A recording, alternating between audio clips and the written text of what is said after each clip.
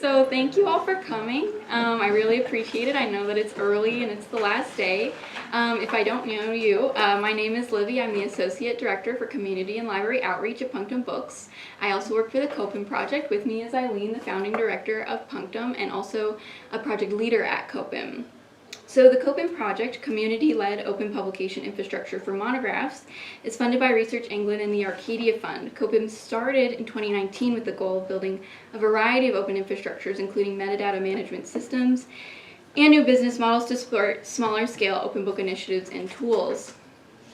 But before I talk about what the OBC is, how it works, and what it does, I want to share that the COPIM project was actually started by the members of Scholar-Led, which is a consortium of scholar-led OA book publishers that formed in 2018 in order to work collaboratively and non-competitively on developing business strategies resistant to the marketization of academic knowledge production and to foster and support smaller-scale startup OA book presses through resource, skills, and knowledge sharing. Oh, that's a lot of words. I always forget to breathe. So before the OBC came into actual being, we started with a series of research gathering exercises. We asked librarians, funders, researchers, and policymakers from a wide variety of countries about support for OA books in their respective communities. We asked whether or not there was funding for OA books within their institutions and countries, or, lacking that, was support for OA books being worked on in any fashion, and if so, how? We discussed the shift from libraries traditionally acquiring content to subscribing to various platforms for unlocking content and what they saw as the challenges of that. From these conversations, we published a 90-page scoping report called The Promise of Collaboration, Collective Funding Models, and the Integration of OA Books into Libraries, and we actually have just an image of it there so you can remember it.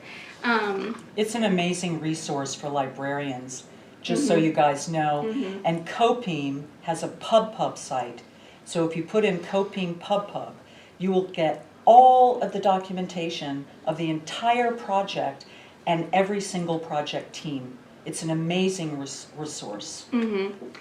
And so what we learned from this report and many other reports that we've developed is that even though many of us are situated within very different contexts within scholarly communications, we have shared goals to open content and technical infrastructure both within local learning and research communities and across the world.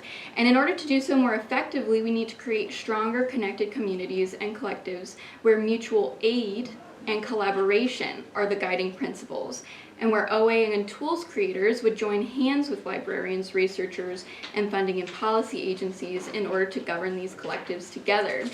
So it's our hope that with libraries, alongside efforts to broker transformative agreements and to support singular OA initiatives one by one, might also consider funding a collective design to support smaller to medium-scale OA book publishing initiatives that have gathered together in an experiment in mutual social reliance. So we built the OBC based on what the community of libraries and other potential funders in the US, UK, and Europe told us they wanted to see. What we've envisioned and enabled is a space where a wide variety of not-for-profit OA book publishers and tools builders can be surveyed and evaluated in depth alongside each other. We want better systems and platforms for stemming the tide, even if incrementally, of the corporate enclosure of content and infrastructure. And we also designed the OBC to shelter a multiplicity of smaller OA book initiatives that need collective aid and support, not because they, don't have, they just don't have the capacity to reach out to funders on their own. And we don't just want to help them survive, but we want them to actually thrive. There you go. Okay. Switch the slide there. In a nutshell, these are the main objectives and our ethos. Number one, create new revenue streams for smaller open book publishers and tools builders. And I'll just pause for a moment to say what's really unique about the Open Book Collective is it brings into one space infrastructure providers like OAPN, Open Monograph Press of the Public Knowledge Project, the COCO Foundation, and I could go on, because infrastructure providers have a harder time getting library support. For whatever reason, they're not as sexy as books, and they're not seen as content to be acquired through, say, the collections team. And so that's a tough one for them, and we want to bring them into our space. To enable librarians and other funders to survey and evaluate a wide variety of initiatives in a more comprehensively efficient manner than currently exists. Libraries told us over and over again, we're fielding all of these requests one by one, and it's so difficult to sort through them and evaluate them. How can we bring a bunch of initiatives into one space so that librarians can say, ooh, look at this, look at that, look at this, and get very rich information about these organizations. We wanted to build a new community of open publishers, open tools builders, libraries, and OA researchers, all devoted to bibliodiversity and the support of OA books. We want to help build more durable open infrastructures, including business models for open books, because open content without open infrastructure is a lost cause. Establish as a not-for-profit charity, which we have done, registered in the UK, that cannot ever be acquired by a for-profit company. Maintain one, and we've just seen too many gobbling up of companies that were supposed to be providing services for open publishers, and we are not going to let this happen. To maintain 100% transparency in all aspects of our management, financial and otherwise, to establish a governance structure that models shared community management of the Open Book Collective, to create a new collective for OA books which models, as Libby said, mutual aid, so that smaller startup presses and other organizations get financial support to grow their operations and improve their technical capabilities. So we're not just sourcing money to hand over to organizations to do whatever they want to do with it. We're asking everyone in the collective to give back some of the money they get to a collective development fund, which the smaller presses can receive money from for a variety of things that they need the money for, to strengthen their operations, to improve their technical infrastructure, etc.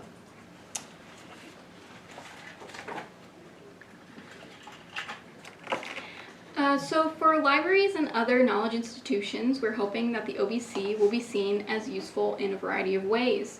Aggregation. Our web platform will feature a shared catalog, including all the books of all the presses in our collective, with a wide variety of rich metadata and catalog records per book. Relevance. When you go to our web platform, you can see richly detailed information for each member initiatives, so what their mission and values are, tools under development, their business model, cost of production, output of books per year, and so on. So due diligence for presses and tools builders, there will be a scrutiny of what they do and how they do it. And there are criteria for joining the OBC to ensure that best practices and best standards of various kinds are being performed and implemented.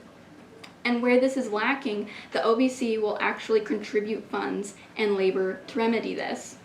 Workflow. Our web platform's design, accounting procedure, and third-party partners, such as Lyrasis, ensure that funders will not be faced with undue burdens processing and tracking their financial support of the OBC and its member initiatives. We had so many debates about what types of publishers and tools builders would be in the collective.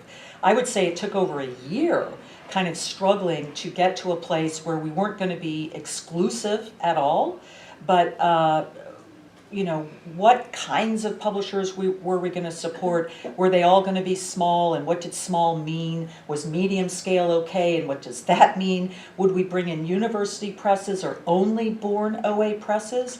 We ended up with what we think is a rather capacious group as we define it. So there are three types of members right now in the collective, and it could expand. First, we have born OA publishers, always open access, always were, always will be, of varying sizes, from Punctum, who's for this kind of press is actually large, at 50 books a year, to presses that produce 10 books a year or maybe 5. Transitional OA publishers, as we're calling them. Transitional means presses that have a closed or partially closed catalog, but they want to move their front lists to open access, and we're requiring that they commit to doing that at 75 to 100%. They will give us a roadmap for how they plan to do this, and we will evaluate that every 3 years.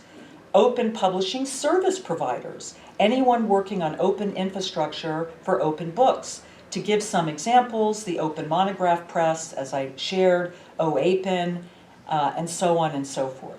We want all of these groups to work together rather than individually in their own silos struggling to find funding in a landscape that is becoming increasingly crowded, as librarians know especially well, for funding open books. I'm scared for libraries on this score.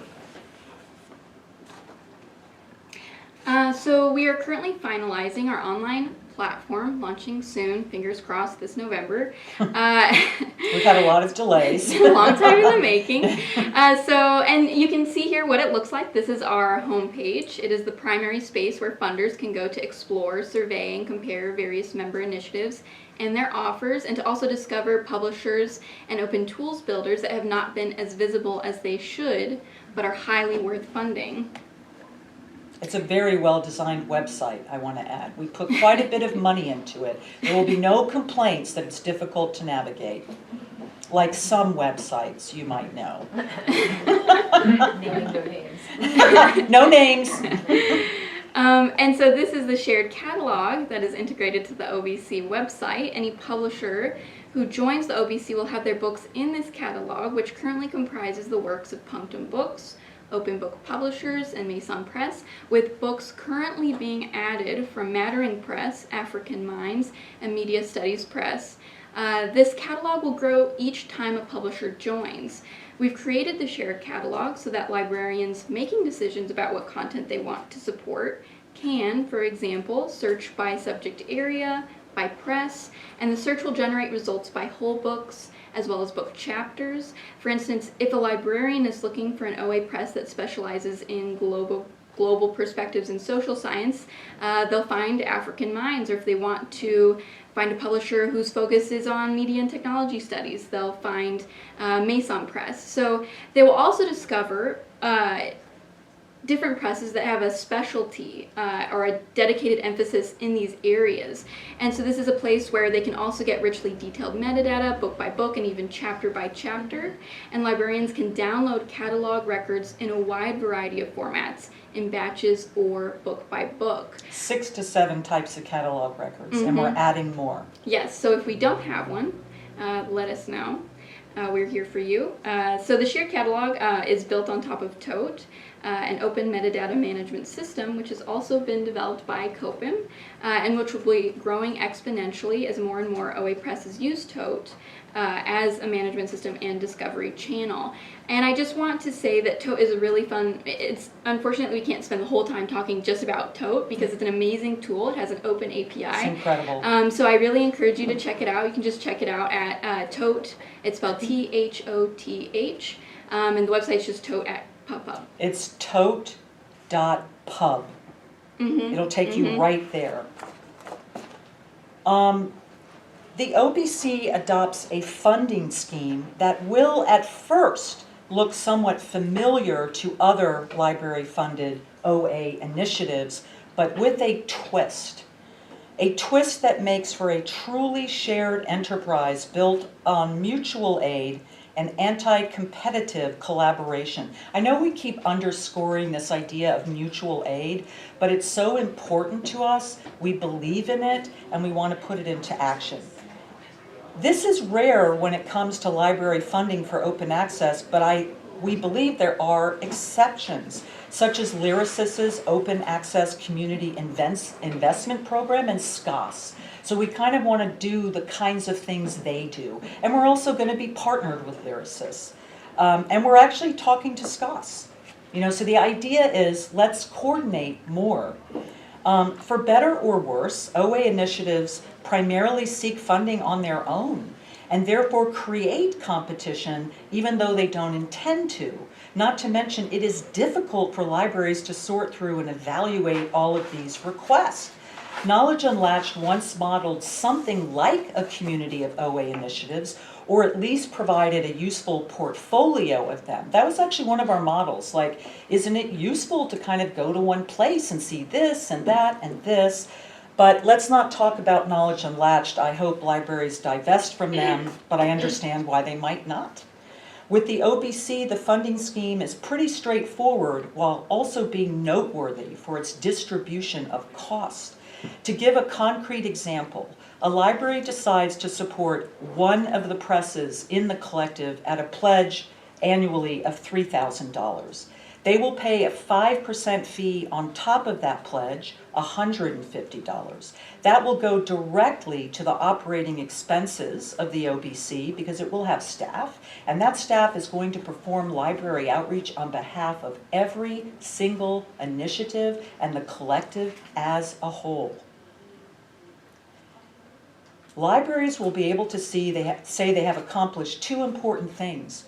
They have supported the collective as a whole and also the singular initiatives they have chosen for support. You can also support the entire collective, in which case you can say things like, we're supporting something that produces over 200 books a year and counting, which books' production costs are under $10,000, sometimes as low as $5,000 per book.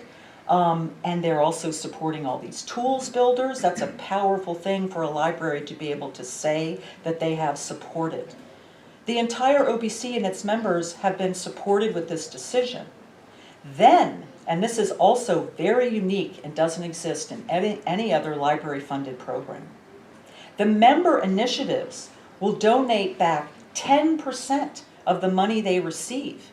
5% will also go to operating expenses. This is highly unusual. The presses are basically saying, we will contribute to the operating cost of the OBC. Then another 5% goes to what we are calling our collective development fund, which will dispense mini grants to smaller initiatives who need help improving and expanding their operations, including learning and implementing best practices and best standards for open content. Which practices and standards? Libraries told us exactly what they want to see. We will also use that money to create toolkits and learning modules and webinars for presses and tools builders to learn how to run a press, including setting up its business management, how to manage workflows, how to manage metadata and analytics, how to disseminate and aggregate OA content and data, how to create ebook preservation protocols, how to meet international open data standards, and the like. We truly believe this is one of the most equitable and inclusive ways to support open books and their associated tools and platforms, and with huge reach and impact. Our governors and our members come from both sides of the global north and south, collectively. Our key concern has been that the governance of the OBC be membership-shaped, community-led, democratically representative, equitable, and transparent, and that it models a true globality that doesn't prioritize the global north. Our board members come from the US, UK, Europe, Africa, and South America. And I should also say that one of the people that's helped with this is a person in the Ukraine. The OBC adopts an association model. In the UK, if you have a charity, it's either an association model or a foundation model. In the foundation model, the trustees are kind of in charge, and all decisions rest with them. The association model has a wider membership and leadership that includes voting members other than the trustees. The OBC's governance model has been designed to ensure that there is a balance between the rights of the members, whom we call custodians, and the general responsibility of the trustees, whom we call stewards. They make decisions together, and they run the organization together. Now, by UK charity law, the trustees are still the last stop on the bus of every decision, but we've created a governance structure that ensures that the trustees represent the members and also represent the funders. There is a collective of members who are the beneficiaries, and then there is the board of stewards that represents these members, but also has external OA research experts, this is also highly unusual, scholars in the field, researchers who have been in the open access game for a long time and have a lot of expertise to offer, and also libraries, which means the OBC's governance has been engineered to make it truly responsive to its funders, as well as to the larger community of communities in the open access landscape. And you know, the community of communities is the community that brings together all the smaller communities that are dedicated to the same thing. Since the OA presses and tool builders are also the financial beneficiaries, our governance model ensures, as stated above, that the OBC is fully responsive to and guided by its funders and experts. The funders sitting on the board, along with the experts, are the majority voting position, which ensures the interest of the OBC as a community, regardless of the single interest of any one member, are protected at all times. Furthermore, the majority voting position creates a situation whereby, again, the beneficiaries will simply be more responsive to the much larger community of actors in the OA landscape. Ultimately, our governance has been designed to empower a unique collaborative community of OA creators, researchers, and libraries with vested interest in growing the landscape of non-proprietary open initiatives. The OBC is thus not just a financial intermediary, but is instead an interdependent and mutually reliant community of persons and organizations, all with vested interest in transforming academic book publishing.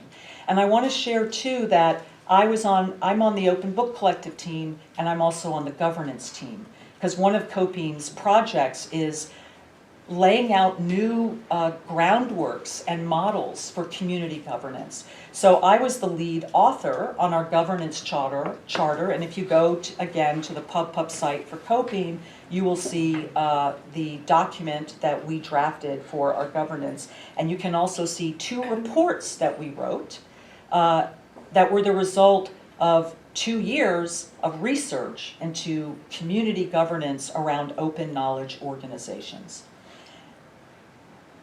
Oh, so this is the conclusion already. I know. This is my favorite part.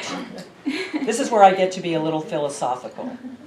There is nothing more difficult than doing work collectively or establishing a collective that doesn't fall apart under internal and external pressures.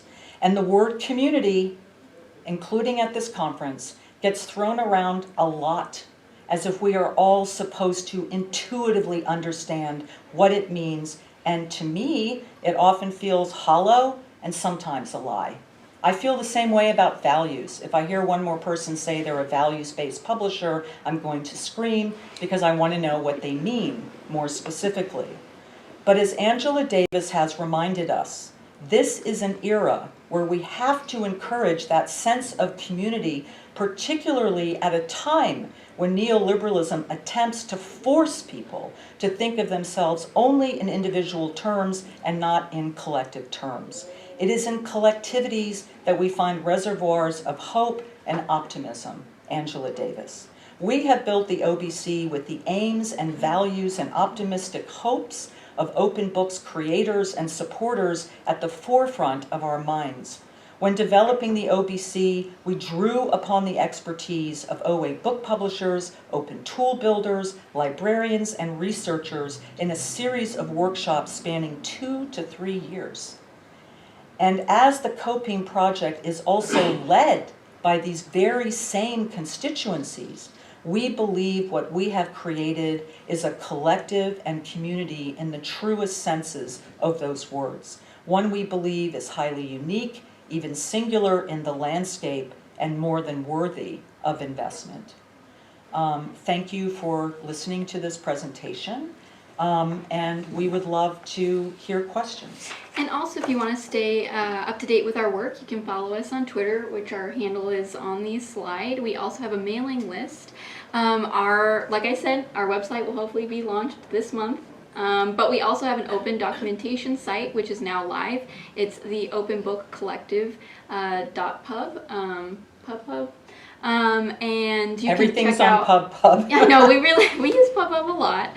And you can find all of our governance documents, the membership applications, or criteria. It has loads of information, so I really encourage you to check it out. We are so transparent. I want to know that. A librarian can go and see what application does the initiative have to fill out to become a member? How does the oversight work? What are the criteria? How will the criteria be developed and used? I mean, I could go on and on. I mean, librarians are going to see on the website, if I support Punctum Books, we're going to tell you what it costs us to make a book. We're going to tell you what our business model is. How much money comes from libraries? How much money comes from this? How much money comes from there? What is the emphases of our catalog? You know, what is our mission statement? All of these things are going to be available to librarians so that they can have a super in-depth look at these initiatives, as opposed to, well, we publish this many books in the humanities, and you know, we want to publish X number of books a year, you know, with your money, and you know, the detail doesn't always go much further than that. There's a lot of technical information that is sometimes shared, but we want to go further with transparency. I feel like we could say a lot more. We could go But on. we better stop. We could go on. We could go on and on and on. Take questions. You know? Does anyone have any questions? There's a lot there.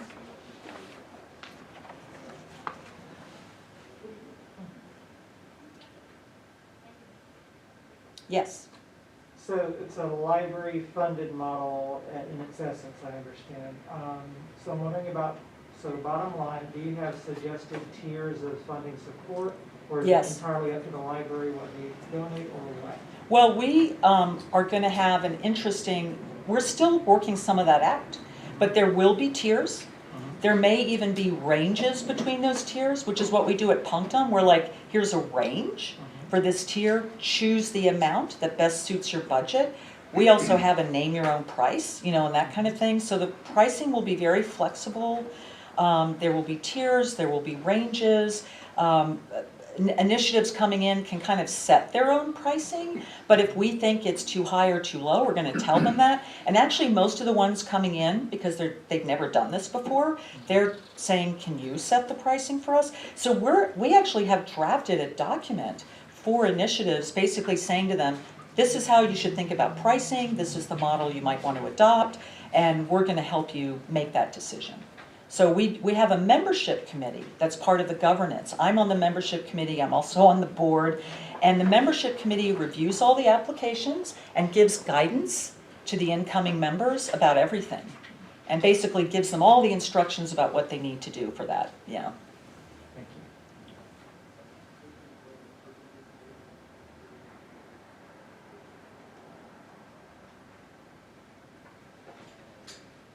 Any other questions?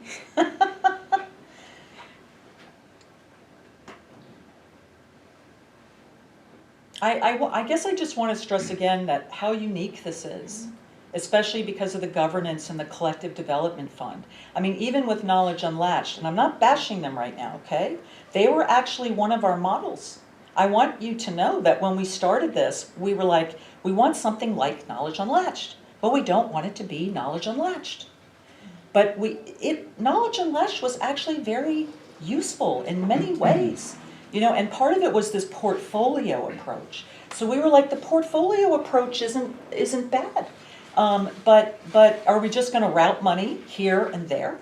How is it going to be governed? Can we do something different? Can everyone in the portfolio, so-called, for us, the collective, actually share revenue and dividends sourced from libraries? And what this also says to libraries, look at what we're doing with the money you give us. We're not just using it to go directly to a press to use it for their operating costs. We're using it to run the collective, which is going to do library outreach on behalf of all the members.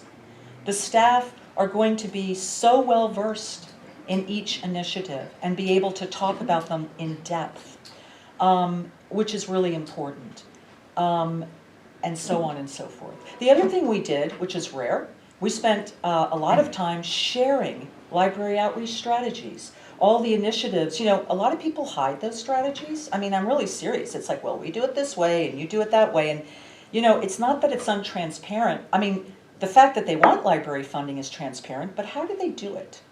How do they approach librarians? Are they using cold call emails, which are terrible, by the way? Punctum used to do that and then realized this is terrible. You know, no librarian wants to receive these things. So we started honing and honing and honing. We're even using Tote to help librarians. We can show a librarian, if you're interested in this press, how many books and chapters even have been published by authors at their institution, you know? This is really useful information to have. It's especially useful for consortia, where we can say, I went to California, well, I'm in California, but I went to Skelk recently to kind of pitch Punctum. And I said, Punctum has published over 80 books and chapters by Skelk institution authors, cutting across technical schools, community colleges, art institutes, liberal arts colleges, University of California, California State. And I was able to do that because of Tote. And I was talking to NERL, Northeastern Research Library Association, and I told them that they were like, can you do a spreadsheet for us? And I said, yes. How soon do you want it? So this is a powerful tool for librarians to have. And it's open. It's So completely open. if you want to search, if you feel comfortable using an API, you can actually go in and look it up yourself if you want. Or you can always ask me to do it. And if you don't know how an API works, we're also, aren't we going to do a webinar? Yeah, we have a workshop. We've done one workshop on how to learn how to use our API, and it is recorded, so you can reference it. But we're planning to do a few more. I was in a session yesterday where they were talking about APIs actually, and the challenges of learning code specific to every API. So it takes a minute to figure it out, but if I figured it out, so I believe in you, but it takes time, And also. every library has IT staff. Yeah. This is where IT staff, you know, at UCSB Library where I'm based, thank God for the IT staff, right? You know, this is where, and your cataloging staff, this is where you bring them in and say, you know how to use an API, and I would like this information out of this API, and I'm assuming they'll help you. I hope so. Cataloging librarians helped us develop Tote. Can you spell tote again? I keep seeing it as T Yeah. in my head, and I know that T was is not in Tom, H is in Harry, O, T is in Tom, H. Okay. Vincent, my co-director, was one of the architects of Tote, and he is a nubiologist. He specializes in Nubian studies, Yes. and he's very well known in that field, and this is an Egyptian god or something. I mean, we were all Yeah. like, is this going to be the name? Is this going to be? It's like Punctum. Everyone's like, how do you spell Punctum? How do you spell Punctum? You know, so I'm sorry. But we believe in it, and this is also us saying, you know, this is part of our global north, global south, you know? Yes. Yeah. Niels. Yes, I'm Niels Stern. I'm from Oapen, and we are very supportive of this. I'm on the board as well with Eileen, and I think this is a brilliant idea to do it collectively. Of course, to have OA book publishing, so it's both the publishers and, as you mentioned, the service providers, the infrastructures, and we are of course happy about this. But another thing I think is really important is the development fund that you mentioned, because I think this is something that goes beyond what we've seen before. And I would just encourage you maybe to add a few more words to that, because I think this is providing libraries with a chance, an opportunity to invest not only in what they see, but also in what we could imagine for the future. No, I think that's, I mean, a few more words on this. Well, you know, one of my concerns when we were first envisioning this, and I just want to be very frank, I was like, are we ever going to get a library to invest in a press that publishes 5 books a year? You know, will they just look at that and say, no? You know, I mean, it just, the impact is too low, right? But that's why the Collective Development Fund is so wonderful. It may be at the beginning some of these presses won't get the attention they need, but that's why I also encourage librarians to maybe support the entire collective. I promise you the price tag will not be extraordinary. Right now, we're saying with the members we have $8,000 to support the whole collective. So as Niels was saying, when you do that, you're investing in these smaller presses so that they can get to the place where they are worthy of funding on their own. You know, where a librarian might come to the collective and they don't have $8,000 for this kind of thing. I think it is a low amount of money, but you know, every library is different and budgets are different. And then maybe later they will say, I will support Mattering Press, which publishes work in the social sciences. They publish about 5 books a year. They are led by scholars. Many of our presses are led by scholars and they're independent. But we're also bringing in small university presses. University of Westminster Press. We have several presses in the UK that are university-based, but they're also small. And you know, one of the tragedies of some of this is that institutions are not supporting their presses.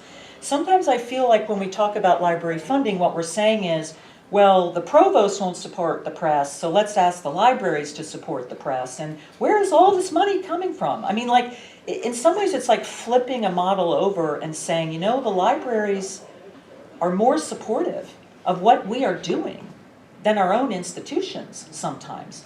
So I don't know if librarians talk about that, but I kind of think you might. But yeah, as Niels was saying is, we're talking about growing something.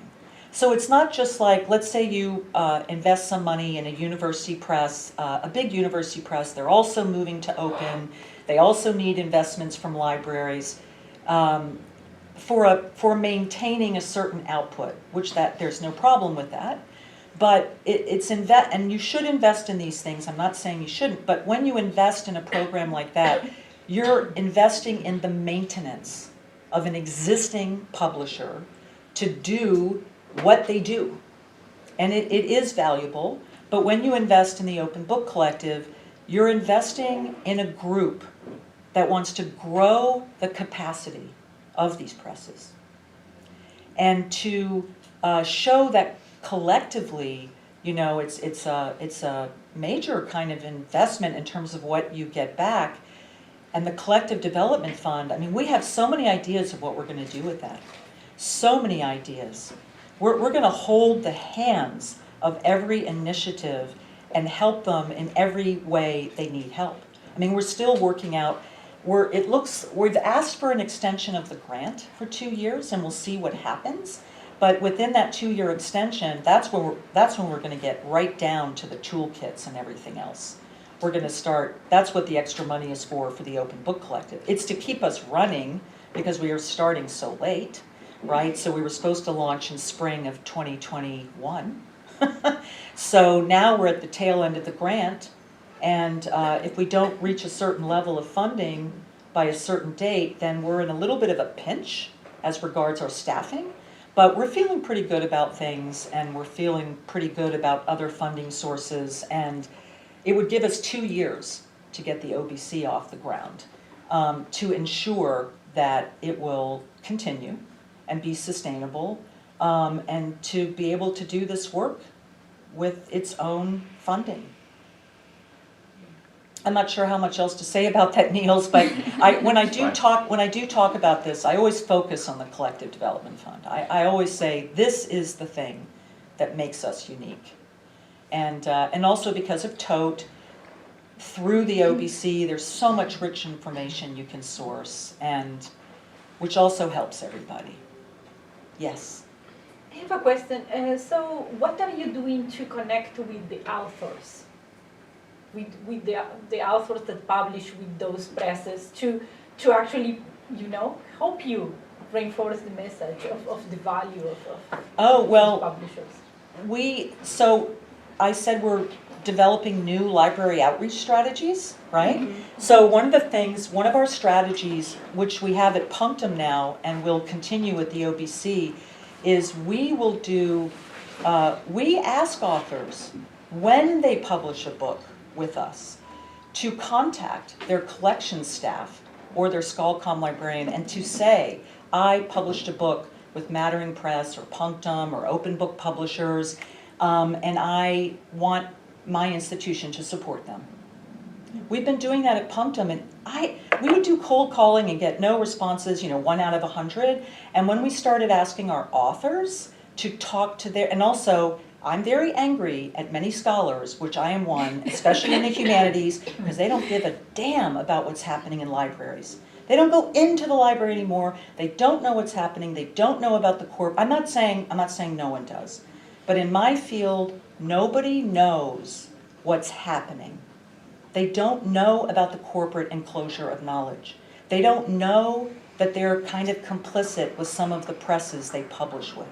They write books on decoloniality and publish them with Springer. They write books on the neoliberal university and publish them with Oxford University Press, which, although it's a university press, is very aggressive and very corporate-like. They love to sue people all the time over copyright, and not everyone knows that. So I want humanist writers to go into the library. And I actually tell them, you're not just going in there to make a request. You're going in there to learn more about what collections librarians are dealing with. And you need to help librarians. So that's kind of how we want to do that. That's one of our strategies. We're out of time. And I have to run to the airport. Thank you guys so much. Yeah, Thank you.